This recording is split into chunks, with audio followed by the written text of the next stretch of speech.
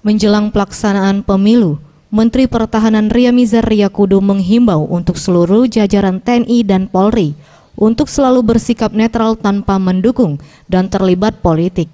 Hal tersebut disampaikan di Gria Agung dalam kegiatan silaturahmi bersama FKPD, Bupati, Wali Kota, pejabat, dan TNI.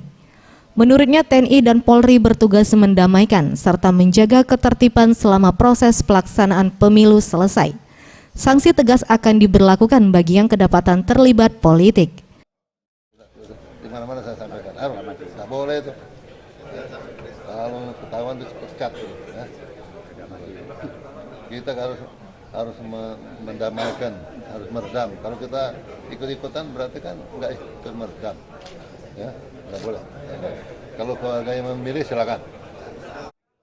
Dalam kegiatan ini juga Menteri Pertahanan menyampaikan, tugas dan fungsi pokok TNI Polri salah satunya bekerja secara profesional demi menjaga keutuhan NKRI.